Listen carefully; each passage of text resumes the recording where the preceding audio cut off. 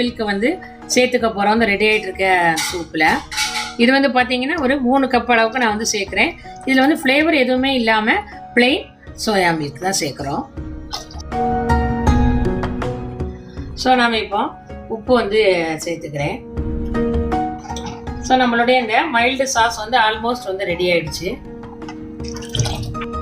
So நம்ம ready பண்ணின அந்த ஸ்பைசி சூப்பு இதில் வச்சுருக்குறோம். இந்த போர்ஷன் வந்து மைல்டு சூப் இருக்குது. இந்த பாத்திரம் பார்த்தீங்கன்னா ஹாட் பாட் மீலுக்கு வந்து ரெடியாக வந்து விற்கிறாங்க அமேசானில்.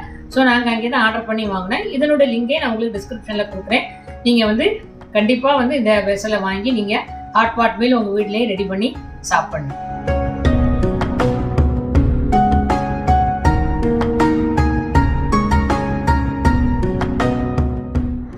ஸோ நம்மளுடைய சூப் ரெண்டுமே ரொம்ப ஹாட்டாக ரெடியாக இருக்குது. இதில் வந்து நம்மளுக்கு வந்து என்ன வெஜிடபிள்ஸ் வந்து வேணுமோ அதை போட்டுக்கலாம்.